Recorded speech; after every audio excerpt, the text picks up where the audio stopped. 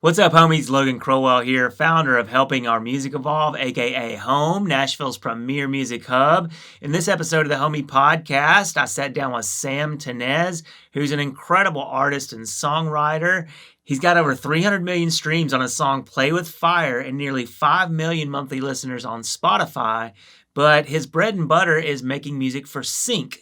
Sync is short for synchronization, and for those who don't know, it means making music for TV and film and advertising, so music set to picture. Sync is a way that more and more artists are making money in the music industry, and Sam has been a part of creating some of the biggest sync hits ever. So in this episode, he's going to talk about how he got into the sync game, how he thinks about making music for TV and film, how he's been able to build his team, and much, much more. It's an amazing episode for anybody who's in the world of sync. And if you're just kind of getting introduced to that, this is really going to blow your mind as a cool way that artists are making money in the music industry. This episode was originally filmed at Helping Our Music Evolve Studios in Nashville as part of our homeschool series, and now with Sam's permission, we're going to air it as episode 7 of the Homie Podcast. Hope you enjoy, and if you do, be sure to share it with a homie. Thanks.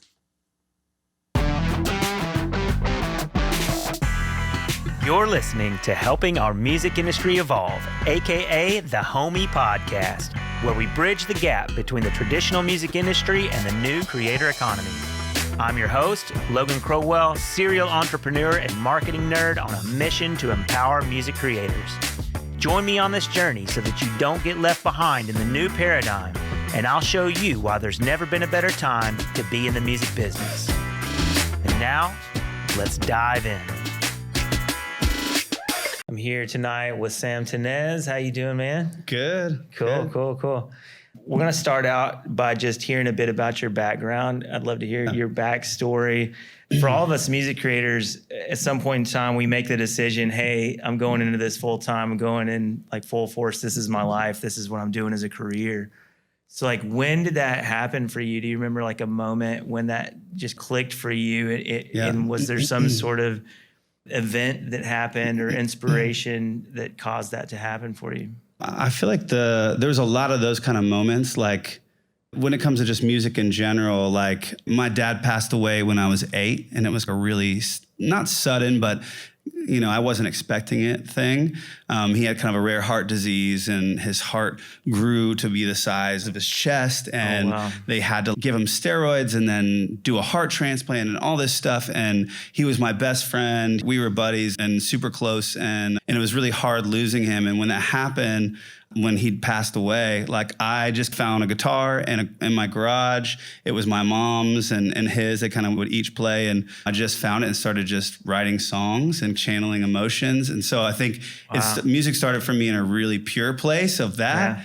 And then it started to get slightly impure when I didn't have any friends in middle school, and there was like a talent contest, and I entered into that and ended up winning my 8th grade talent contest. And I didn't have any friends before that, but afterwards I had lots of friends. and I was like, oh crap, is this how it works? Like you play music and you're good at it somewhat, you'll get friends. I'm like, I could have friends. So honestly, it was funny because I just, in a real thing, I noticed the magnetism of music and how it can bring people to you. And I'm such a people person. Like it was just, really hard to deny that desire to want to do that. I always wanted to be good at something. I was trying sports and trying all sorts of stuff, and I sucked at all of it. But music was the thing. And I guess when I was in high school, I played in this band, a 3-piece band. There's a guy named Butch Walker. He's a producer.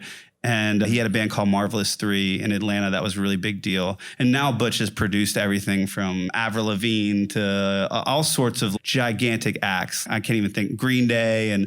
But his band was super inspiring. And so we had a band like his, and we played I guess it was like a party where, I can't even remember what it was, but we played some party, and this A&R just happened to be there, and he walked up and was like, hey, we want to talk to you guys. Like we were in high school, and so I was like, yes, it's happening. Like the way it happens in movies, it's happening. But we end up meeting with him, and it doesn't quite go as planned because the other guys in the band were like, hey, this sounds cool, but I'd rather go to college. And I was looking at them like, shh, shut up. No, we want to do a band. Like, we've been trying. So that was the first taste of like, oh, I actually want to do this for a living. So started in a pure place, found that impure, oh, wow, friends. And then the third of, oh, this could be a career. So that's like a small summary of that beginnings. Yeah, I think that makes a lot of sense and probably resonates with a lot of people who picked up an instrument early on and they were like, oh, wow, I get a little bit of attention because I can play the guitar. Yeah.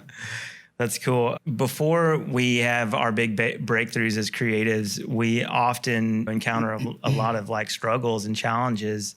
Can you bring us to that point between, okay, I know I'm doing this for a living, like I've got the bug, it's happening, to some of your biggest challenges as you were really trying to make it happen? Yeah. And then what were the sort of breakthroughs that happened on the other side of those challenges?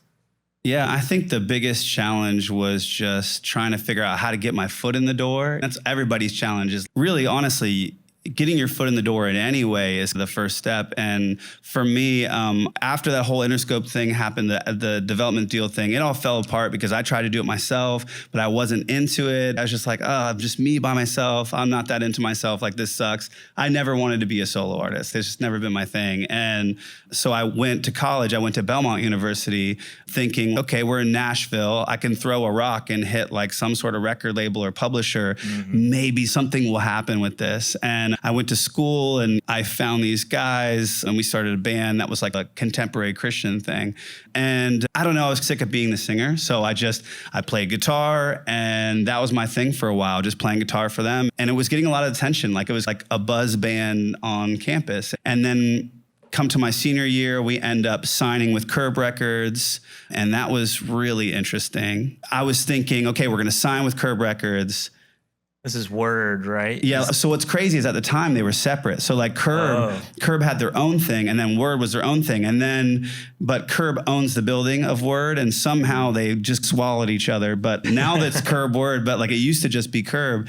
And Leanne Rimes and Tim McGraw, and because we were somewhere in this crack between like just regular pop rock and kind of Christian music, we started out in a cooler place. And we get signed to a record deal, and I'm thinking, oh my gosh, like we made it, everything's happening. And I'm telling my wife at the time, or my girlfriend at the time, because we weren't married yet, and I was like, babe, I'm not gonna be around, I'm gonna be on tour. Just wait, we're gonna do this record. And it just didn't happen like that. It was like, it took 2 years to make the record. It took 2 years to make the record. Meanwhile, I'm valeting. I still, every time I smell like gasoline or diesel fuel, I'm just like, oh, like it just reminds me of valeting. And I used to do an auction company thing where we would go into houses and like assess like dead people's stuff and take pictures and post it on whatever.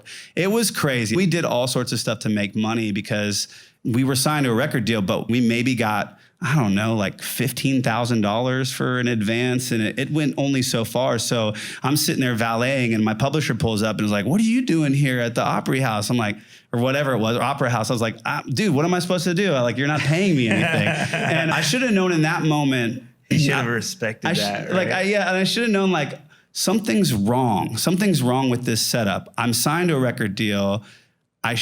We have music out and it's doing okay. Like, why is it not happening? And I didn't realize that the master royalty was so much, the lion's share of the money coming in. Mm-hmm. And it took a long time until I finally eventually started seeing that money. But yeah, the challenges were like, I have to make money. I'm signed to this record deal. So I'm working anytime I'm not out on the road. And we're like going like dogs 3 weeks at a time, 4 weeks at a time, home for a couple days and the same thing. And it just felt like this dangling carrot that just went on into eternity. So I eventually quit that band after a couple records and started like writing for that genre. And it was a similar thing. It was just like, okay, I'm not the artist. I'm not the producer, I'm the songwriter. How in the world do I make money? Like, they're like, hey, we got a great deal for you, $24,000 a year. And I'm like, I'm rich. I got $2,000 in my pocket every month. But I'm like, okay, I got my wife, I've got a kid. Like, how do I make this work to pay all of our bills? Yeah, I feel like there are a lot of real life problems on the way up to what's happening now. And there were a lot of moments where I could have absolutely given up and just be like, you know what, a normal job is probably better than this. But being where I am now, I'm really thankful we didn't. And, yeah. That's a perfect segue into the next question. In my experience, leveling up, like what everybody wants, they want to like level up and all of a sudden be on this sort of whole new level. Yeah. And in my experience, that often comes in the form of a person, people, a mentor, a partner, like a business partner, a collaborator, somebody like that all of a sudden, for whatever reason, our worlds get intertwined, and then that sets me on a different trajectory. Yeah. Can you talk a little bit about that? And specifically, last time we were talking, you mentioned just like getting into sync and the Ruelle project and how that kind of came together. So in a roundabout way, like after I got done kind of being in that Christian band and then writing for the Christian genre, I just knew that was maybe 25 or 50% of what I had to offer. I knew there was something else that I was better at. I just didn't know what it was. And I wasn't really exposed to different stuff that was happening in Nashville. I thought Christian or country, 15 years ago, that's all we had here. What y'all see now is just a bunch of trailblazers who have made paths for you guys to take now, but there just was not much there. And there's still in pop, there's still a big barrier, but it was interesting because I had been working with Josh Farrow and Zach Farrow, who were the guitar player and drummer for Paramore. And Zach still is now in Paramore, but at the time he had quit, him and his brother quit. And we were doing a band together. And I was like, man, I'm going to be the singer. This is going to be awesome. And we get about a week in and like, I'm the guy, like they're giving me like a bottle of liquor. Like, you're the dude, you're going to be in the band. And people are writing stuff in AP and all this different stuff. And I'm like, this is awesome. This is everything I've dreamed of. And then we make a record, and in the process of making the record, about towards the end, after I'd used all my savings to pay for this freaking record, and I had no money, like it all fell apart. And it was like really humbling, but also a lesson of like,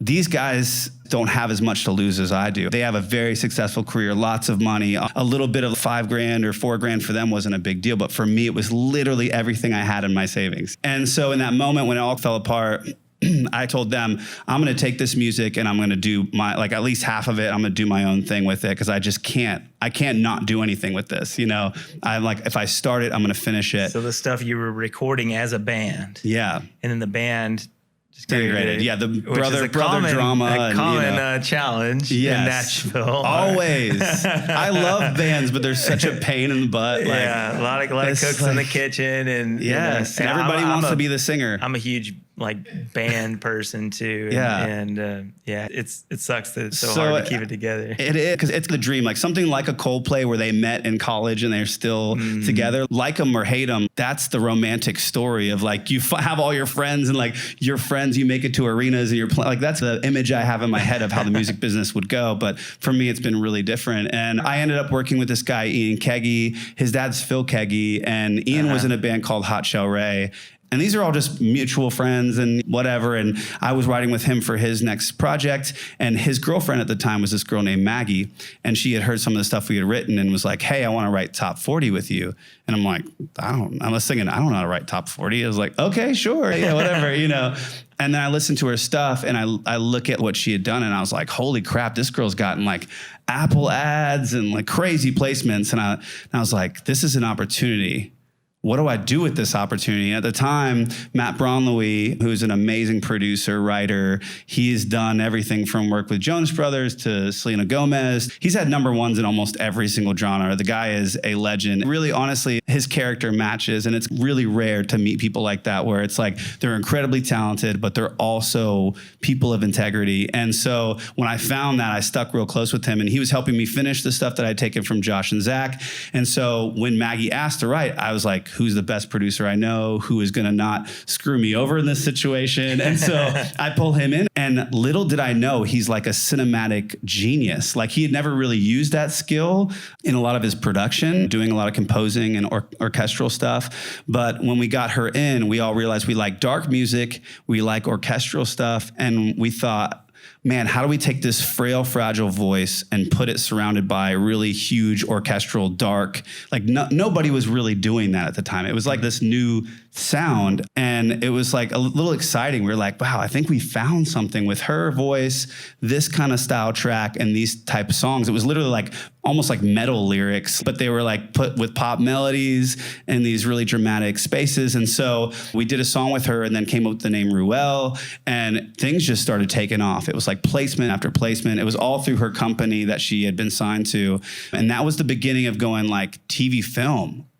Oh, what is this? Get a check and you're like, $8,000, like my name is on this check? What the heck? You're like, this is the most money I've ever made in my entire life doing music. And it was a light bulb moment for me. And I think writing with her and being a part of that development process with her was like my college. And I was teaching her kind of the artist side and making records, and she was teaching me what it was like to write in the TV film space. And a few years later, she became like the #1 most synced artist above Imagine Dragons and Snow Patrol on Billboard. It was insane. It was insane to be a part of that and watch that, and super inspiring.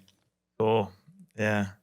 There's probably a lot of people in the audience and watching that are trying to make sync a part of their own business model, basically. They're either looking for their first placement, or maybe they've gotten a placement or two. Yeah. And they're really looking to try to make it a consistent thing. Do you have any tips or any wisdom that you can share with those people that they might not already know about? Yeah, I think sync is interesting because like when I first started, it definitely was like a hush-hush thing. Like you had like the old school guys and girls, whether it was Amy Stroop and Butterfly Boucher and Trent Dabbs and KS Rhodes, all these guys that were part of this thing called 10 out of 10. And they were really a small group of folks, like really, there's still a tinge of Americana and still a tinge, I wouldn't say country, but it was a little singer-songwritery. It's not as much pop even as the Ruelle thing or as some of these other, or even rock as some of these other things that are happening now. But we all saw, oh my gosh, like how are they getting it in this show or that show or whatever? And we'd ask them and it'd be a little bit like, no, like this is mine and you're not going to have this. And I understand because it was like they found something at the time. Grey's Anatomy placements were paying like 24 grand just for in-show or more, 50 sometimes. And it's like they found a honey hole and they're like, here's my little group and we're going to whatever. And so I think things are different now. It's a little bit wider spread, which is great because I feel like there's more companies pitching and all that, but it's a little bit more competitive. So I guess I'll tell you now what the best way I feel like to get into things is really, honestly, like if you can sing, be the singer. If you can produce, find someone that has a really compelling emotional voice. Like it takes like if I could make a formula, it would be like, we need an emotional voice. We need a top level production. Don't think of sync as like a lesser production. Like it needs to be as good as records now. Maybe in the past it could be like crappy or whatever, but now you're competing with the One Republics. There's often times where it's like my song versus a freaking Ryan Tedder song on some promo. And I'm like, give it to Tedder. Like that guy's awesome, you know? But at the same time, I'm like, Matt, we got to make it sound really good, you know? Like, and we're 100%. always pushing, me and him are always pushing the boundaries of what sync sounds like, but it oftentimes ends up being, you know, and you may already know this if you're writing in that space, but it's like, it ends up being a really colloquial saying, you know, like bring in the heat or whatever, like falling into the darkness or something kind of really big and overarching that you can build out and that you can kind of repeat in the choruses. That was one thing with Maggie. I would notice the first song that we did was a song called Up in Flames. And it was just literally her going, when it all goes up in flames, when it all goes up in flames, when it all goes up in flames, we'll be the last one standing. And I was like, wait, it's that easy? I was like, what do you mean? You're like, I've been writing all these super complex. Yeah, I'm like putting all the words and the crazy melodies and the verses. And then we get to the chorus and she comes out with that. And I was like, That's it. Oh, and there was a light bulb that kind of clicked. There was a few moments with her that happened like that where I was like, oh, sometimes the pre's can just be O's. And that's actually probably better than putting lyrics there, because then they get a non-lyrical BGV moment. Because you have to have a non-lyrical BGV moment, a really colloquial saying in that chorus that is just repetitive, not too repetitive to where it doesn't feel like an artist song, but to where they can, if they like the title of the song, they use it. And that's one thing too, like with artist song, you can have a song that's like a sarcastic lyric, but with a darker track. It needs to match. Like if it's a happy sounding lyric and melody, it needs to be a happy sounding track. The satire thing is not often used. You have to be like, okay, I'm writing a tough song. This needs to sound like a tough track with a tough vocal and a tough lyric. I think matching all those up is something that people don't do very well. Like they'll have, oh, this is an emotional verse, and then we get to a tough chorus, and it's just not. Make it all one thing. And whatever the title is, make the track feel like the title, and make sure that everything from top to bottom, that the lyrics aren't filler, that they're actually usable, that you could see them, set the picture, open up some YouTube trailers, or open up some promos, or open up some shows that you like to watch, turn off the sound and play the song and watch it set to picture and go, can this set the picture? And if the answer is no, scratch it and start over because it's not right. And so there's a bit of it like that where I think you can set yourself up to win. And then there's a deeper side after that's, you can land a few placements, but landing them as consistently as some of my peers like Tommy Prophet and Ruelle and Flurry and Zayd Wolf, it's a totally different skill past that, past just being able to write the song. The song is the first thing, and then there's another step past that. You want to talk about that step? Piqued my curiosity. Yeah, I mean, that's where you'll start to see the differentiation between you and somebody else, is that if you start to create a sound, like with Ruelle, we started and it was like dark pop. So we were doing, I don't know, it was just tons of like cinematic or super dark pop. So when they were looking for a dramatic, orchestral, dark lyric, they were going, oh man, it would be really great here, like a Ruelle thing. And so they'd reach out and go, hey, send us like the latest Ruelle stuff. And when you can become that person, you can become that, not predictable, but that reliable. A niche. A niche. Yeah, you find your little sound that nobody else is doing. And for her, it was this orchestral dark pop. And I think that was the beginning of realizing, oh, like she took some pictures and they were black and white and they were cool and like fashion forward, but they were also dark. Like she was like looking goth. And I was like, that's an interesting choice. But then I noticed people gravitated towards that because the music was dark, the picture was goth, the song titles that we were doing were in that realm. And I was like, oh, like we're creating a brand. So she put out an EP. She put out I think it was an EP at the time. And the moment she put out the EP, she had imaging with the EP. It just all fit together.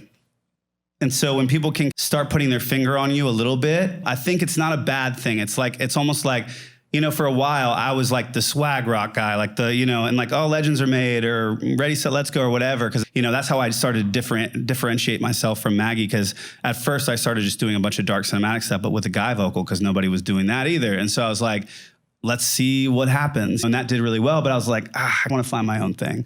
And me and this guy, Dustin or Zayd Wolf, we started that kind of sound, that kind of swag rocky, like in a TV film space. There are people doing it in like the mainstream, like Black Keys and, whatever, but not with those specific, like super usable lyrics, you know?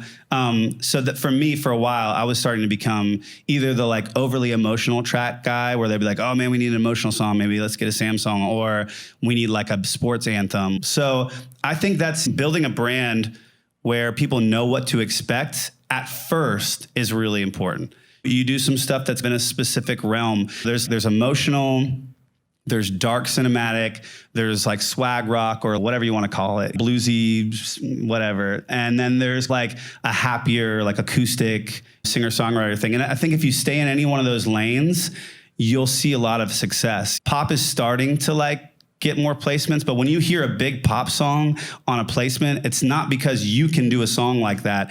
It's because that song has goodwill that they're trying to transfer onto that movie trailer or onto that show. It has nothing to do with the song being usable or great set to picture. It just, they're like, oh man, it's like you see the show and you see that song. Right? It's like, oh man, I love that Dua Lipa song, or I love that, and it might be okay to set the picture, but you can't be like, oh, I'm going to write a song just like that. I learned that the hard way of like going, oh man, I want to write this whatever. And it's, that's a little too left. I'm not this person. So that's a bit of it. It's just getting some branding together, getting some pictures, like making it feel like every supervisor wants to find the next awesome artist that also is really great for sync.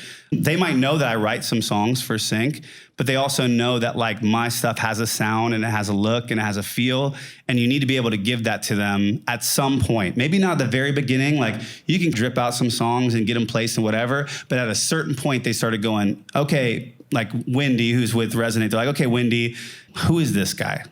Give us more. Give us a bio. Give us a picture. We can't just keep using these songs. We don't know who the hell this is. That was a big moment for me and Wendy. I was like, oh crap, like we're getting to that point where that Ruelle got to. I need to do some pictures. I need to put out an EP. I need to have kind of a recognizable sound. So I think that's a good step to differentiate yourself from just doing a bunch of random songs in a bunch of random styles with a bunch of different projects. I think if you can really pinpoint your thing and what you're best at. One last thing I'll say about that is there's sometimes when people come, I want to write like a Legends Are Made type song, or a Zayd Wolf New Blood. I want to write a New Blood. And I'm like, listen, your New Blood is not going to touch his song. Like you will be like a generic version of New Blood. What's your thing? What does your voice sound like? What are you amazing at? Let's do that. I don't want to try to do his thing because you're going to fall short. And so I think that's really important too, is to find your big strength. And that might take some experimenting in different sounds. Yeah, 100%. At some point, it moved beyond your first few placements and you started growing your artist brand. You're now up to like 3.5 million monthly listeners on Spotify. Crazy. Hundreds of thousands of YouTube subscribers. So at some point it had to have clicked for you where you were like, oh wait, I kind of like did it. It's working. It's really a full grown thing. So can you tell me, are you like looking back and going, oh man, I did this sick publicity campaign, or I did this crazy marketing push and I had this thing happen?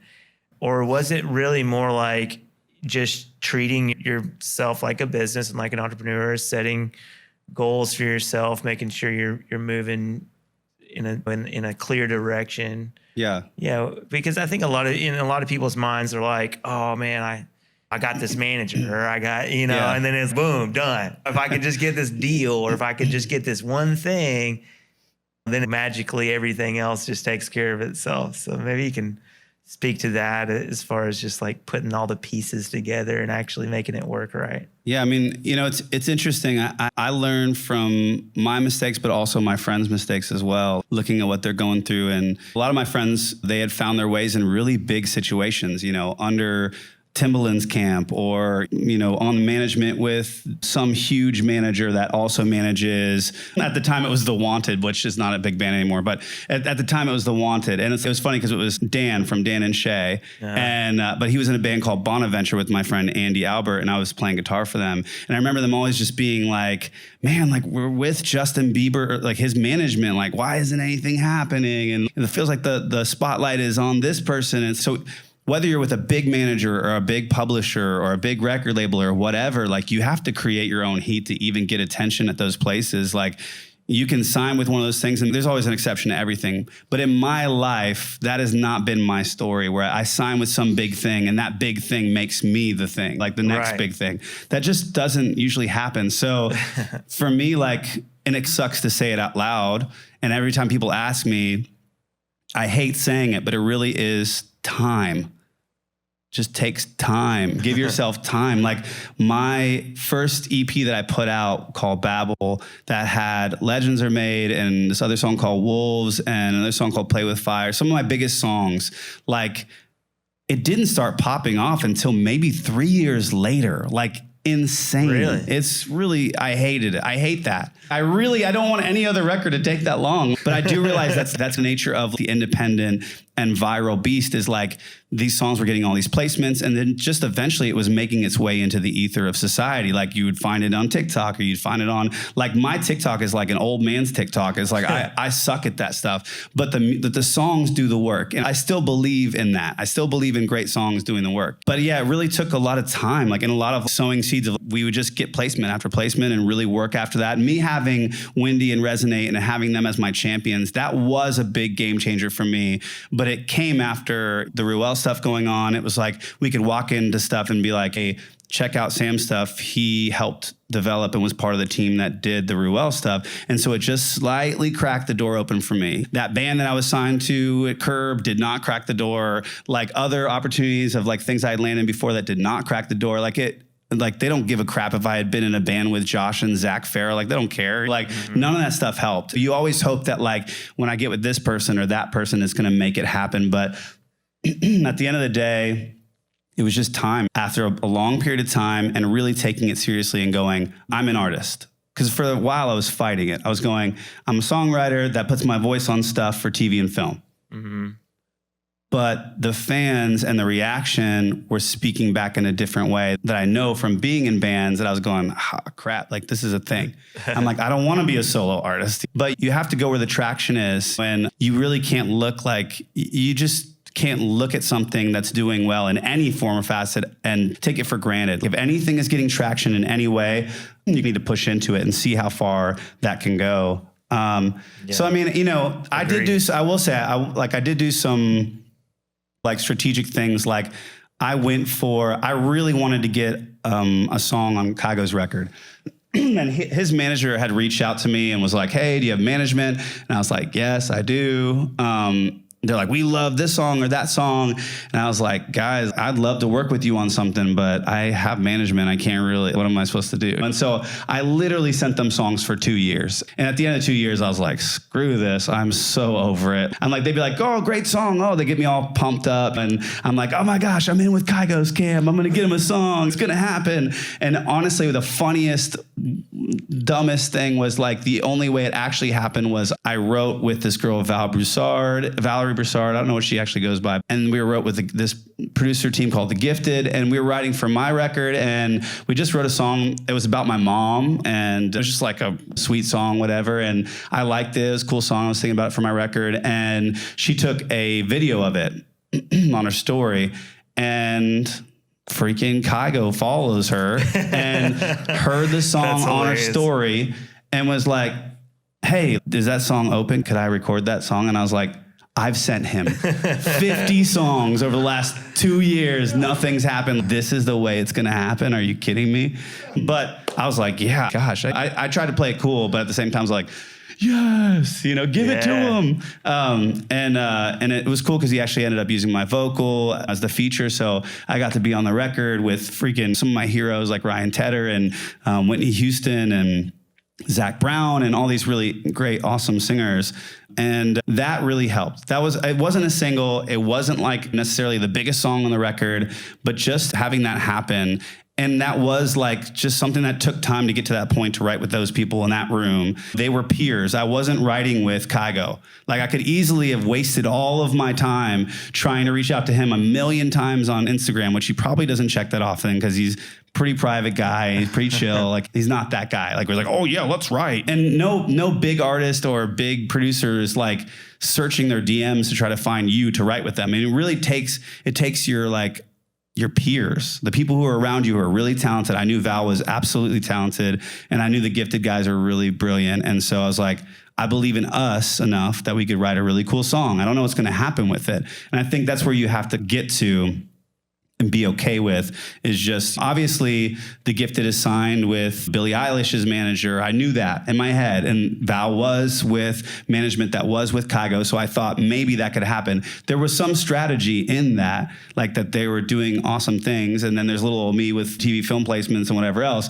But I was thinking, okay, if we get a great song, maybe something cool would happen, you know, and it did. And so there's a little bit of like when you get an opportunity, like when Maggie asked me to write for Top 40, I didn't just go, yeah, let's write. And we just get in a room and we hack it out. I said, how can I maximize this opportunity? Here is this incredible artist, great vocalist, great writer.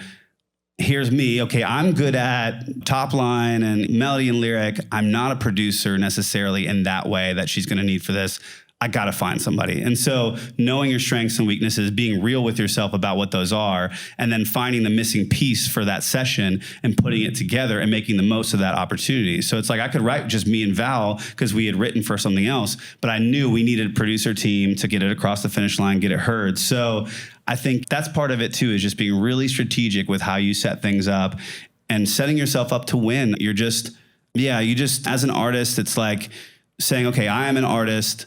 This is what I'm about, letting everybody know in some way, whether it's through social media or whatever, and then trying to get collaborations. And collaborations have been a huge thing for me that have pushed me forward in kind of intangible ways. Yeah, absolutely. I'm constantly trying to preach that to people, that a lot of times people are maybe trying to jump too far, which it sounds like maybe that's where you were at for those 2 years as you were trying to hit up their management, Chicago's management, with all your songs. But again, to speak to the fact that you didn't really let that discourage you, you just kept pressing through, and something you had already spent that much time focusing on still ended up happening, right? And it's really strange the way that things play out like that in the sort of journey of an entrepreneur. So that's super interesting. So the next question I have is, music careers in general are usually short-lived. Even a lot of really big artists that have a really big hit or a big EP or big album or something, a lot of times they will, be gone within a couple of years. So what kind of things do you do, or have you done, and are you doing to make sure that you don't end up falling into that camp, and that you can be on the top of your game for years to come? It's hard. I think the thing that starts creeping in is like when you do have some moments where you have something happen that's really exciting that you had wanted to have happen, whether it's a placement or a feature or a song landing with an artist that you really respect and whatever, it's like you start to think, can I do that again? Can that happen again? And that is a really poisonous bit of information floating in your head. Can I do that again? I don't know if I'm good enough. Like maybe I was better back then, or maybe I had more ideas. Maybe I was less fatigued. And I think you can let that kind of ruin you. Sometimes even now I get into rooms and I'm sitting there and I'm going like, oh man, can I write a great TV film song again? Can I write a great pop song again? Could I, whatever it is that has happened, can I do it again? And I try to silence that as much as possible, the overthinking and the self-doubt. I try to be like, you know what? If it doesn't, whatever. If it doesn't happen today, that's okay. Do your best. In the morning when you wake up, I usually have a routine. It's like I wake up, I get out there, I take a run, and while I'm running, I'm going through, okay, what am I doing today? I look at my calendar, okay, I'm doing this, and I start just trying to think of ideas, and I start cultivating creativity, thinking about what it is that could be a song title or a melody or whatever, and doing that little bit of prep before every write. Sometimes you can get into the room where everybody's dry and you have an idea. It might not be the best idea, but it's a seed and you can start with something. I think having that in your back pocket, like I've heard Ryan Tedder say that a ton, and it's so true. It's like, he's like, when I go into writes with someone like an Adele, he's like, I have 3 or 4 ideas. They might not be great, but there's something, and he might not bust them out unless he has to. And I feel that way too. It's like I have multiple ideas and I might not use them, but it's okay if I don't use them for the thing that I've thought of them, because I can use them later. But having something so you can walk in feeling that confidence and you don't hear that voice going, can I do it again? Because you're like, I have this idea, I can do it again. So getting past that is a big hurdle. And then honestly, I think you have to be realistic with yourself. You have to surround yourself with people that you respect what their opinion is. So you show them a song. If you show somebody a song or whatever and you don't respect them, you show them the song and they're like, man, this is garbage. And you don't respect them and they say it's garbage and you're like, you're garbage. And what's the point of showing that person that song? If you don't respect them, don't ask their opinion. It's not worth it. I learned that the hard way, people saying stuff about my music or whatever. And some of the biggest songs that I've had have been like, had somebody be like, oh, I hate that song, or it's not very good or whatever. And if you don't respect their opinion, don't ask it. So I have a small group of people around me that if I really want to know somebody's opinion, which is dangerous, but if I really want to know somebody's opinion, I'll send it to them. I'll send it to my management. I'll send it to someone in my peer group and I'll go, what do you think about this? And knowing writers are always going to say, oh, it could do this, it could do that. I'm like, okay, don't tell me what it could do. Just tell me, how is it in this moment? What is it like? How do you feel about it? And I think getting that honest feedback and knowing, even in your own head, is this my best work? And trying to like get as good, if not better, than the last thing that you did, not competing with anybody else but yourself, and making sure that you're continually getting better. Because I think sometimes artists, and you have to know if you're one of those artists or writers, you have to know if you're the person who can hear a great song. If you can't, surround yourself with producers, managers, somebody who can hear a great song. But if you are the person who can hear a great song, trust that in your gut when you hear the song and you get the chills, or when you hear the song and you can't stop listening to it. There's something to that. And it's not narcissism. It's your human spirit connecting with that music in that moment. And I think you have to listen to that. So I always go by that. There's an internal compass when I'm listening to something, and I just know sometimes like, this is not great. I want it to be great. I wish this session would be great. These people are freaking amazing, and they like have the big name or they have the whatever, and it could, but it's not a great song. And at the end of the day, it's all about good songs. And that's my first focus always, whether it's a record or whatever. If the song's not good, nothing's going to happen. So focusing on the songs first is always my biggest thing. And that has kept me out of getting into the sophomore slump or getting into the like falling out of good things happening, because I've always focused on the music. And as much as this industry wants to say, get busy with TikTok, get busy with this social media thing, get busy with that thing, and those are all awesome and they can be kingmakers, absolutely. If you're good at that, freaking smash it. But if you're not, if music's your thing more so than the social media side of things, then do that. No shade on either side, but it's just, I think we can get a little too distracted from the idea of music, songs. That's what matters, you know? So I think for me, keeping my eye on that ball and then building out from there. Okay, this great song, how can I use this on TikTok? How can I use this on Instagram Reels? How can I use this on this, that, and the other? How can we use this to pitch for sync? It's less backwards, like going, oh man, I have this cool TikTok thing. Like, what could I write that could fit it? Or just like, I have a million people following me on TikTok. It's who cares? Like, your songs are trash. And that's harsh, but that's the reality that we're in right now. Labels are signing artists with 1 million followers on TikTok that have no idea how to create music, real music that touches a heart, real music that means something to them, real music that's not just like a fad or a moment or a little snippet on TikTok. And I think that's a problem. It's going to create an even wider gap between classic artists and these, whatever these things are, these amoebas of artists, you know? Yeah, you just opened up a can of worms, man. Cool. Yeah, let's get controversial on that then. No, sorry. But real quick, let's just make sure we give everybody some takeaways. So do we have some final thoughts that we want to make sure everybody takes away that will empower them to approach their own career in new ways? I know you've shared a few with me. I got some of them right here because I was just trying to think. I think for me, some of these are like, no, duh, but I think if you let them soak in a little bit and think about what they mean for you, you might feel it differently. But it's like, there is a difference. For me, I always, like, when opportunities would pop up, I would just take them. But there's a difference between, if you have a goal in mind, here's the goal, and it's, okay, this is a good opportunity. Good opportunities are hard to come by, and sometimes you need to take them, but sometimes you need to wait for the right opportunity. And the right opportunity can take you to your goal a lot faster than just a good opportunity. Like when I was in that CCM band and we're playing for all these people and they're singing every single word to every song, and I was not loving life. Like, it was not awesome. And it wasn't necessarily because the music was bad or whatever. It's just not what I love doing. And so I realized, like, success outside of what I actually love doing, what does it mean? That's why people quit all the time when they're on the top of the world. They're doing this band or doing this project. They actually hate the music and they quit, and everybody's like, why did they do that? It's because they didn't stay true to their goal and the right opportunity versus a good opportunity. And you'll waste a lot less time taking the right opportunity versus the good. Now, obviously, don't shoot yourself in the foot and say no to everything. You have to say yes to some things along the way, but eventually you get to a point where you have to draw the line and say, I'm going to take the right opportunity and not just the good one.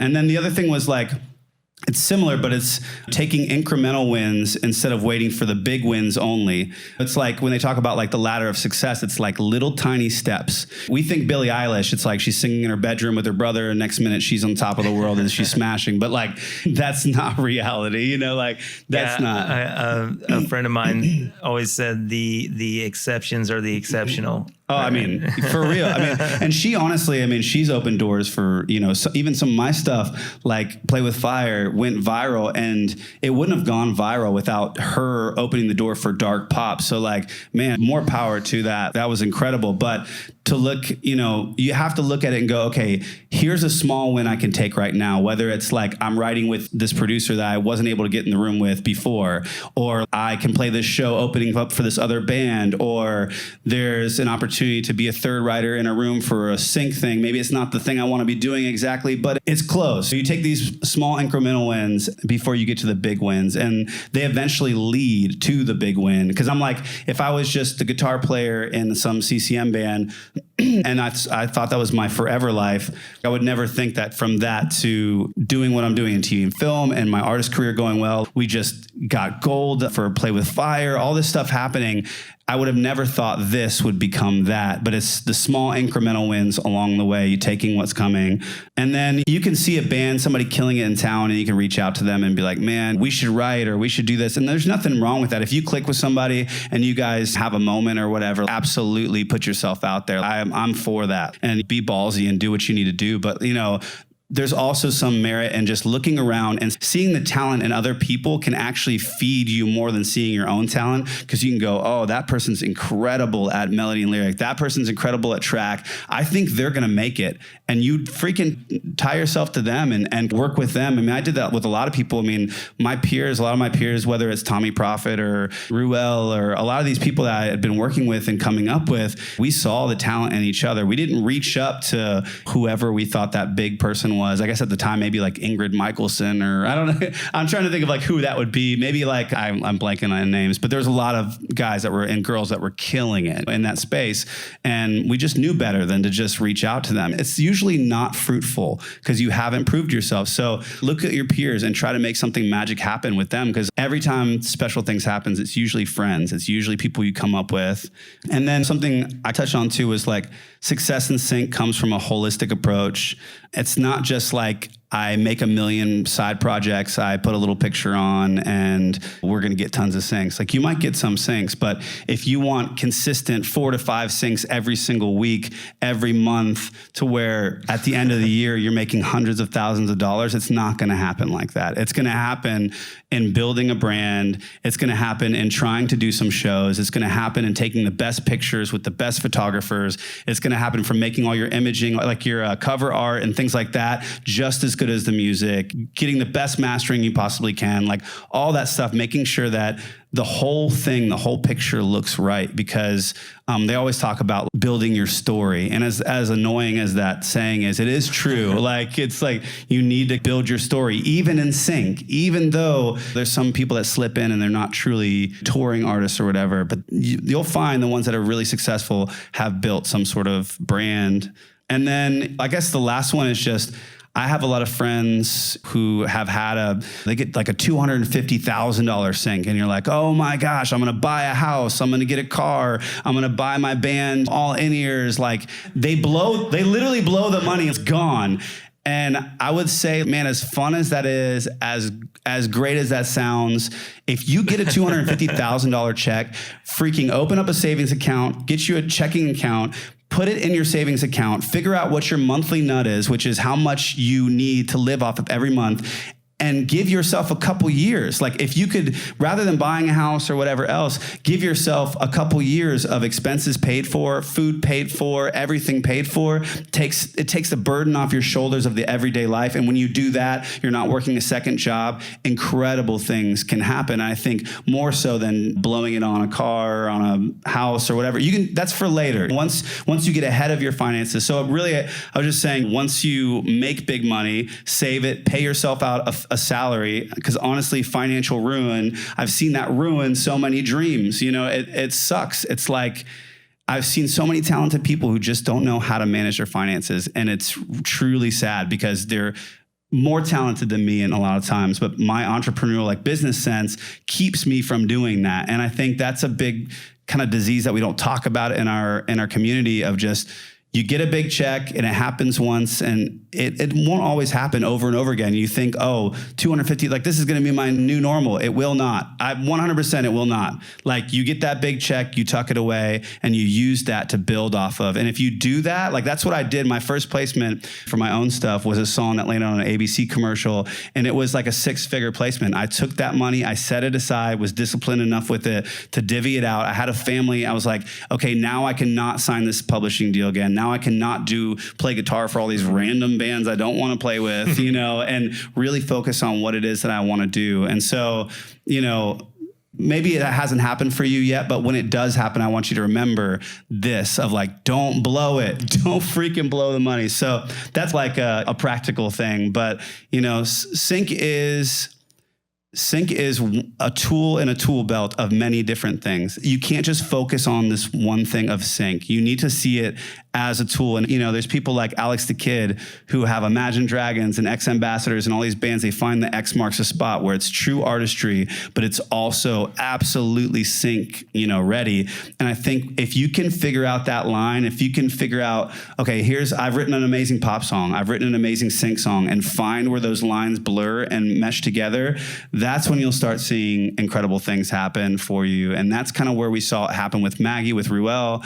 And for my stuff is when I started finding where is my artistry meeting where sync is kind of wanting the demand. Mm-hmm. So like when I go into pop rights and people know I have that, they're like, hey, can we put a little bit of a sync moment in this? And I'm like, oh yeah, okay, in the bridge, let's do like a non-lyrical thing and we'll do one, whatever. And it's cool to have that skill. So, last thing I'll say is just like look around and study the artists that are doing well. Go on Secret Road's website, go on Resonate's website, go on Lyric House, go on Zinc, go on all these different folks, and they'll post their wins. They're telling you their secrets. If you know better, they're posting their wins and they're showing you what songs are working. So go listen to those songs and figure out, oh, like that artist. Oh, and figure out, when you listen to them back to back, the songs that are winning, you'll hear some common threads and start making notes about what those common threads are, and go to things like TuneFind. And if you go to TuneFind, you can find a show with all the songs that have placed, and you start to discover certain shows have specific sounds as well. And it's a lot of research. It's a lot of like, annoying things, but if you can figure it out. Engineering. Yes. Dude, honestly, I always tease. I'm like, I like to genetically modify songs to kill at sync. Cause it's like when we weren't doing that, it was like 50-50. The songs could land or they could not land. But when you start genetically modifying them, it's okay. Now they're 80% going to land, 90% going to land. Wow. And you stop wasting your time and you start getting more accurate. So that's awesome. Cool. So we do have some time for Q&A. There's a wireless microphone in the back. Does anybody have any questions? Alan, you got questions. Alan's an inquisitive homie.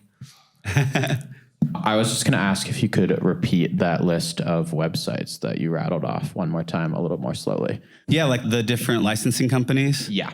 Yeah, some of the biggest, baddest ones that kill it in sync are Zinc, spelled like Z-Y-N-C. And then there's Concord Music, that they have like a TV film division that's awesome. And then there's Resonate, which I'm with. It's spelled R-E-S-I-N-8. It always gets me in my head. And then Lyric House is a great one, and Secret Road as well. And if you go to any of those and you just see what's landing, it's just they're literally telling you, hey, this is what's working for us. These are the kind of artists that are working for us. These are the sounds. These are the genres. These are the track styles. They're giving you their secrets. It's kind of awesome. I definitely, when I start to hit any dry spots, I go and I'm like, what's landing right now? And I'll go listen. I'll go, okay, that's probably why this isn't landing. That isn't landing. And we'll start kind of, shifting. And you said Lyric Find was the one. TuneFind. TuneFind. So TuneFind is awesome because it shows all the different shows that you watch and you see music in, and it'll tell you what was in Grey's Anatomy last week or whatever. And when you start playing them down, TuneFind even has a ranking of the top 10 songs in sync. And you'll start noticing, like even the last time I checked, I was like, okay, piano ballads right now are just destroying. So I need a few more piano ballads in my catalog. So then I start, for the next few sessions that I have set up, I start writing more in that vein. So I think it can tell you what you should be focusing on. Because, as an artist, as a writer, as all producers, whatever, we can I don't know, there's just a million things we could do. We wake up and it's like you get in a room, what do you guys want to write today? I freaking hate that question. I understand you have to ask it, but it's also like, I mean, and everybody's like, I don't know. That's why I always have some sort of idea, some sort of direction, some sort of vision for the day. And it might come from looking at TuneFind or some of those licensing companies or whatever. So that's awesome. Anyone else have any questions for Sam before we wrap up? You got one, David? Will you talk a little more about music publishing, relationships with publishing companies, how that factors into sync, your experience with pub deals, all of that? I don't have a publishing deal, and I haven't had a publishing deal for a long time. And it's funny because before everything happened, I used to be really good buddies with this guy, Rohan, who's now like the head at Warner of A&R. And he was taking me around to all these publishers going, listen to this guy's songs as a writer, as an artist, whatever, listen to him. And we met with Disney, we met with Concord, we met with all these different people. They're like, yeah, these are great songs or whatever. And then one of them's taking a phone call. Hold on one second, kid. Like taking the phone call. And I'm like, oh my gosh, the disrespect. And so I didn't have a good experience when I met. I just nobody got it. But then when the Ruelle stuff started happening, Concord's reaching down and emailing me and going, hey, you need to meet with this guy, whatever. And I'm going, I met with that guy and he was a huge jerk to me and I'm not going to sign with him. I just never found a champion, but there can be champions in publishing. There can be someone that's at a Sony ATV or a Universal or a Prescription or whatever it is. And really, it's all about the champion. For me, I found a champion in a licensing company. It was Wendy at Resonate, Wendy Duffy. And she was my person that was getting all these placements for me. And before that, we were just working with Maggie, and she was signed with Concord. So she had the connection of the publishing company. So without Concord, at the time it was Razor and Tie, but without Concord, that just wouldn't have happened. So I think publishing deals are really tricky. It is a high interest loan. It's a high interest loan with ownership. So it's like, hey, we'll give you whatever amount of money per year, which is awesome because it covers your monthly nut. It takes care of the thing I was talking about. And if you don't have discipline, it might be the best way to go for you, where they divvy out the money, they give you little bits and say you have this many years. But what sucks is at any minute they could drop you. And also at any minute, your person could either go to another company or get fired. And I just never loved being in someone else's hands. And I was in publishing deals. I was in a publishing deal with Curb Records, and which was not my favorite. At the time, they're like, here's a list of country artists that you can write for. And I'm like, that's great. I'm like, these are all my friends. You know what I mean? Like, I don't need this, I stink at writing country music, so it just wasn't my thing, Anyways, all that to say, publishers have their place, and it's awesome. Sometimes you can get a great advance, and it's a really good, you get a co-publishing deal, and they give you an advance, and it's only 3 years, and those deals are awesome. Now, like the cut and release deals where you sign, and they say you have to get 3 cuts per option, 100% on major labels. Like, you will literally be in that until you're 50 years old. You know what I mean? Like, you'll never get out of those, and you need to watch out for those because those are predatorial. And I have a lot of friends who are in those, like I can't remember what they're called, like MDRC deals or some cut and release. They'll say, okay, we'll give you $40,000, and then on the back half, once it's be 3 options, we'll give you $40,000. Then the next option will be $80. The next option will be $200. But you will never ever get to your third option because you'll have to have 3 100% songs cut by pop artists on major labels, which is like 3. There's only 3. They don't count Atlantic. They don't count Columbia or RCA. So anyways, all that to say, you really have to be careful with publishers because you can shoot yourself in the foot. They're a good way to get your foot in the door, 100%. But once you've made your contact list and, whatever, if you can't find your champion, like, you just need to find an alternative way, like a licensing company, like a Secret Road or a Resonate or something like that, because they can get you the money you need to live, but not have to give them any ownership. Because what was cool, I'll give you one last thing. What was cool is I've been independent for 6 years, and the whole time I'm going, dang it, I should have signed publishing. I should have, this and that. This could happen. That could happen. But when I got to the end of that 6 years and I had 75 songs that were just killing and on master side and pub, and someone came and said, hey, I want to give you X amount of money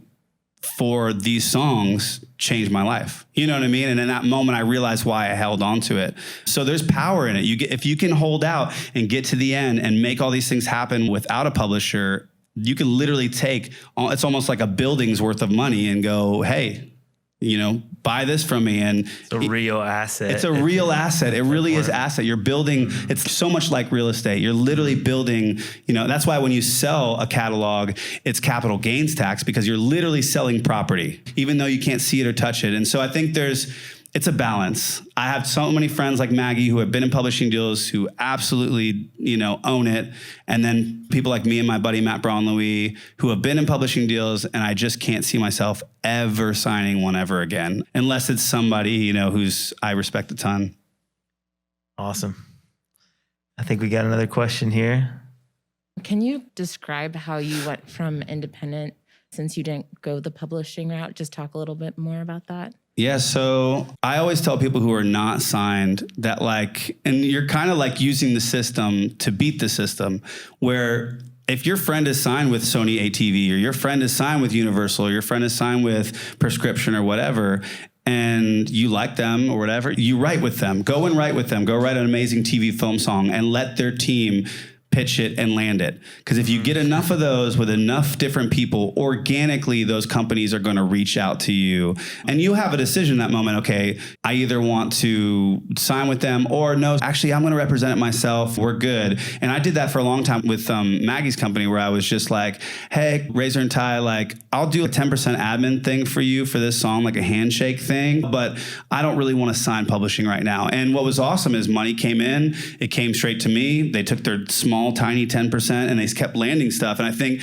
that allowed me to get to a position where I could really be out of a place of desperation and be in more of a powerful place to have what I needed to live, and transfer over to okay, I'm now active in sync, but I don't have a publisher. So the other side of that, the swing side of that, would be you write with your friend who signed with Universal, you write an amazing song, you want a publishing deal. That looks like more the way you want to go. Then you continue to write with that friend, continue to get wins, and just wait for them to knock on your door. Don't go knocking on their door. Let them knock on yours. It's always, me and my manager always talk about, it's attraction rather than promotion. Attract what you want to have come to you rather than promote yourself to people, because honestly, most of the time when you ask anybody about anything, their answer is no. My answer is usually no too. Like, hey man, I want to write with you. I'm like, oh my God, I'm so busy. I'm dying. No, I can't add anything to my schedule. No, I can't. And it's like my day-to-day manager is here, and she gets on me too about you need to say no more, because I want to say yes to everything. And so you get to that point. And so all that to say, it's better if you write a song with your friend, they're signed somewhere, and then they just start going, who is this person you're writing with? Your work will speak for itself. Let your work speak for itself. Don't go trying to promote. Let it attract people to you. And eventually when stuff started happening with Ruelle, it was like people like Wendy came to me and said, hey, I notice you're the guy behind a lot of these songs. What are you doing? Are you making anything? Are you singing on anything? And I had one song to show her, and that was the one that landed and started the whole thing. So I don't know if that totally answers the question, but it's like the trick is writing with people who have the deals and letting things happen, which is kind of funny because I'm like, I'm talking anti-publisher, but you kind of have to use the system to beat the system. Yeah, that's awesome. I'll also add, just to hear your feedback on that. There's different camps when it comes to the licensing world, at least. There's the traditional publishing camp, then there's the sort of single song agreement. Yeah. And then there's the non-exclusive licensing where people are just pitching and you pay them if they land something for you. So there's multiple ways also to approach it as well. And sometimes people have some luck getting their foot in the door with something non-exclusive, writing to a brief or something like that. And then that gets their foot in the door with maybe somebody who wants to be their actual champion, who probably is going to be doing the single song agreement type stuff, definitely. right? That was what Wendy, it was like, hey, we only do single songs. They're for 3 years a piece. So I just didn't feel like being a wounded person, wounded artist, coming from being in a horrible record deal, being in a really bad publishing situation, to like her going, hey, one song at a time. And I'm like, okay, so I give you a great song, you land it, And if you don't in 3 years and I want to take it back, I can take it back. She's like, yeah. I'm like, and I don't have to give you everything I write. Yeah. I'm like, done. Let's do that. Let's do that. So I think that's where I landed, where I was just like, I like the freedom. And honestly, it was advantageous because at the end of all that, you can sell it, or you could, it's like in one hand I was signed to a publishing deal for just Christian music. And the other hand, I had music that was doing really well on the TV and film side, and they weren't overlapping, and it was nice, Wow. That's cool too. It was weird. I don't think it's going to happen again. Had it kind of carved out. Yeah, carved it out. Mm. So cool. Anyone else have any questions? So I have 2 questions, actually. One is probably the awkward part about writing songs is transitioning from the creative moment where you have these epic people in the room and you guys are writing to then transitioning to the business. Who gets what points? How do you split it up? Who did what? So my first question is, can you describe a little bit about your personal method for how you approach the business side and bridge the gap from the creative to that? And the second question is about management, and how and at what point in your career did management come into play, and how did you know that it was going to be potentially the right fit for you? Yeah, I'll keep them brief because I could make these so long, but the splits thing is really tough. Like I have seen splits, and I've seen splits just ruin incredible creative relationships, and it sucks. Now I do it before I go into a write. We try to assess splits because I know how much it can turn into a monster. But before, when I first started, it was like we would have roles. It's like you'd have the artist who is singing, you'd have the third in the room, and you'd have the producer. Or it would be the producer and the artist. In the producer and artist scenario, it's always 50-50. The producer gets 50 of publishing and master. The artist gets 50 of publishing and master. It's easy. When you have the third in the room, which is really helpful because sometimes the artist is not a writer, and that's okay. Like sometimes you just have a freaking awesome voice, and that's fine, or you have an awesome voice, but the person who's a third has the vision. And that's been my case a lot of times, where I have the vision for this person and what their voice could do. And it's the standard now that I feel like me and Matt and a few others have kind of set up, and even Concord goes with it, is that 40 goes to the artist, 40 goes to the producer, 20 goes to the third. As long as that third stays from beginning to end of the creation process in that room, as long as they're adding vocal parts, they're adding guitar parts, or they're adding something to the actual recording. Now, if they come in, they write the song, and they leave the moment the song is done while you guys are tracking vocals, they're not part of vocal producing, they're not part of adding anything to that track, I don't think that necessarily counts. I think you split publishing even thirds, you split 50-50 on the master.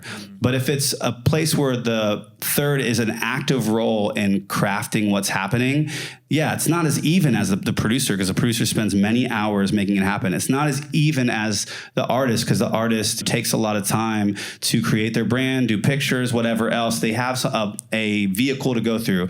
But the third still deserves something. And so that's where the 20%, when the money flows through, that does feel good, and that's hard. And you do have to talk about that.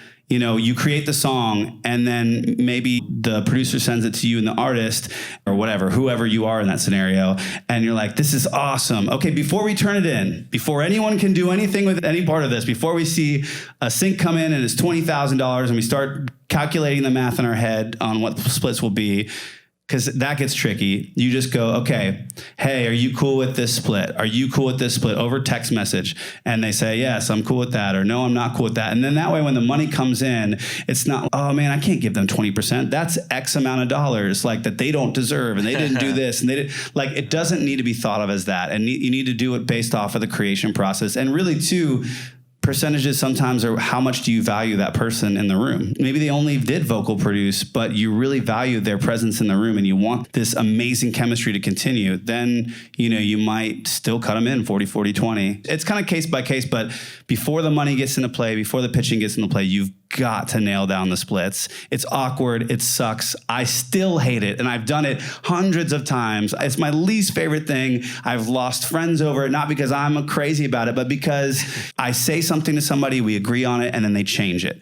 That sucks. So too, I get changing your mind or whatever, but try when you think about the splits to really nail down the splits and never change them. Because when you start going back and changing splits, it gets hairy. emotions get involved, people get hurt, and it's no longer about the money. It's more about their own value, what they feel like you're putting on them. So that's that side of things. It's so messy. I honestly got to a point where I was like, I'm not doing this anymore with my management, but I can't help myself but still be involved in some way. But, and then on the management side, I just got to a point, I was writing for the Ruelle stuff. I was writing for my own artist stuff. We were writing pop stuff that was being pitched, alternative stuff. And it was just too much. It was like here was my bandwidth, and adding anything else to that was just impossible. Like I was doing all my own admin for my songs, registering them on CSAC along with writing every single day. It was just too much. So like, I feel like I got to a point though where I had other things I wanted to do. And I think when you get to that point where success is happening, money is coming in, and you're grabbing the big checks, but all these little checks are just falling on the side, that's when I was like, oh, crap, I need help. And I was working with Matt Braunlouis and his management and a guy named Dave Steinerbrink, and they had a lot of character. It was like, I keep saying that word, but it really is important to me. Like when someone has your back, like in a situation, like when they could absolutely screw you, it says a lot about who they are. And that's who I continue to work with. I don't work with the people, like sometimes when people are weird about splits and it's a money grab, I'm like, sometimes I'll agree and I'll be like, okay, yeah, sure. And never work with them again. Like not vindictively, but out of like respect to myself and my own value. Like, no, I'm not doing that. But I think my management, it took me from here where I had no bandwidth left, and it took some stuff off my plate. It's okay, I'm not registering my songs anymore, and I'm not doing my calendar for my day-to-day anymore. And then when really hard conversations come in, I'm not having those freaking conversations anymore. I think it let my mind focus more on the process of creating ideas for collaborations. It let it focus on my artistry. And I think that you'll know when that moment happens. I think it's just like publishing. Do it as long as you possibly can by yourself. But when you get to the point where you can't go any further without help, that's when you start to kind of look around and go, okay, who are the good ones in the room? Like, maybe I could have a conversation with them and bring them on board, because it is a lot of money. 15% of what you make gross, 15% gross. It's a lot. That's before taxes. Sometimes it could be almost 25% to 30 to whatever percent of what you're actually bringing in that month. So it's a big step, but like, what my goal is that bringing in management, if you bring in the right ones, they actually make you more money by what you're not losing and what you're getting on splits or what you're getting on whatever. But it's hard. It's hard to know when that moment is, when that right moment. And, I've got people like freaking Tommy Prophet in my life who dude is doing all the NF records, and he, doing all these TV film songs and doing his own artist project, working with Capitol on this, and he still doesn't have management. And I'm like, wow. You are insane. I don't know how or why or whatever. Why are we doing this? But he does have a publisher, and sometimes his publisher does some of those duties. Publishers can take over your calendar. They can give you advice. They can be an advocate for you. So I see people going where it's either you have a publishing deal and they act as a manager, or you have a manager and they can do some of the publishing stuff, Yeah, new models for music creators. It's weird. Right? It's all kind of blending. Cool. All right. Does anybody have any final thoughts, any final questions? We'll wrap it up. This will be the last one. Just a couple quick ones here. The 40-40-20 scenario, that's on the master side, right? Yeah, and then the publishing songwriting is equal splits, publishing is all, in my mind, publishing is always equal. Yeah, that's what I would think. And, it's hard because it's like, when you have a song on iTunes or you have a song on streaming, I say iTunes because that's the easiest way to say it. It's like $1.29, and it's like 9 cents out of that $1.29 is going to 9.1 cents is going to the songwriters. Split three ways. It's you get 3 cents and you get 3 cents and you get 3. The other rest of the money, the dollar, the rest of that dollar or whatever, it goes on the master side. So the master really is a very important, like I learned that from Sync, was like we would do these Sync songs and then I would own some master and I'd be like, holy crap, this song streamed X amount of millions of times. I just got a master check for, thousands of dollars like that. Oh, that's lucrative, even outside of the placement money. So that's why people start to realize that and they start to get real weird about it. But I mean, at a moment, like publishing almost doesn't even matter sometimes. Like I have friends who do covers, big pop covers and they rockify them, and they make more money just off of owning those masters of these big pop songs that they turned into like rock songs than so many of my other friends who do their own music. And those are the guys you just collabed with, right? Yeah, freaking Our Last Night. Those boys are up. They're like machines over there. I walk in their thing. They've got, a whole room where they have a video suite. They've got their studio set up. They've got offices. I'm like, you guys are a full-on business. And the guy, Trevor, who sings, he's an entrepreneur and just a very smart dude. And then his older brother is like an amazing producer. And so it's just cool to meet other people who are doing the same thing I'm doing. They're using cover songs to bring people into their original music, kind of how I'm using Sync to bring people into my original music. And that's the new artist. The new artist is using viral moments to bring them into themselves. That's like the best way. There's no marketing money, there's no expense. So the other question I had was companies like Resonate, Wendy, she's a Sync agent, right? And then they take half. Is that how that usually works? They take half of the buyout? Is that normal? So, what's hard is, and I always have to watch myself on what I say is normal. It ranges. That's the thing that sucks, is that there's some people in LA who take 50%. Or they just know that people want to get involved and get in the game, and so they take 50%. I feel like, in my humble opinion, doing this for 8 years, 10 years, whatever it's been, that I truly feel like the 25 to 35% range is fair. That's more fair to me than any of these 40 or 50% ranges. Now, sometimes you might have to do the crappy deals with the 40 or 50% ranges just to get your foot in the door, and then be like, okay, I'm not doing that anymore. I've got to only do these because I'm barely making money in this scenario. And then sometimes those 40 to 50, you'll notice those are also the ones that are usually asking for publishing ownership as well. So, I get it. I mean, it's different schools of thought, and it's not wrong. Is it ethical? I don't know. In my opinion, probably not. Like, to take 50% of something that they're not paying for, they're not giving you an advance for, and they're taking ownership in your publishing. It's very overreaching, and they know the desperation of an artist to really want to get involved in that world, and maybe they're taking the lower hanging fruit. I don't know. I can't quite figure out why, but all that to say, it's not horrible. It's more of an LA thing than it is a Nashville thing. If you find some good licensing companies in Nashville, they'll be more in that 25-30% range. Cool. All right. Thanks so much. It's been super entertaining, super informative. Check him out, Sam Tinnesz. Where can people find out more about you? Yeah, my last name is so hard to spell. So I just tell people to go on Google, type in Sam Play with Fire, and you'll find my stuff. Oh, yeah. Cool. Thanks again. And check us out, homeformusic.org. And have a great night, everybody. Everybody that's here is welcome to just stick around for a few minutes as we close up. Thanks for listening to Helping Our Music Industry Evolve. If you enjoyed this episode, don't forget to share it with a homie. And be sure to subscribe for new episodes at homie.show. If you want to develop a winning strategy for the modern music industry, then head over to homie.news and join my weekly newsletter. And if you're looking for a supportive community where you can get plugged in with top music industry creators and executives, become a home member at homeformusic.org. Until next time, peace.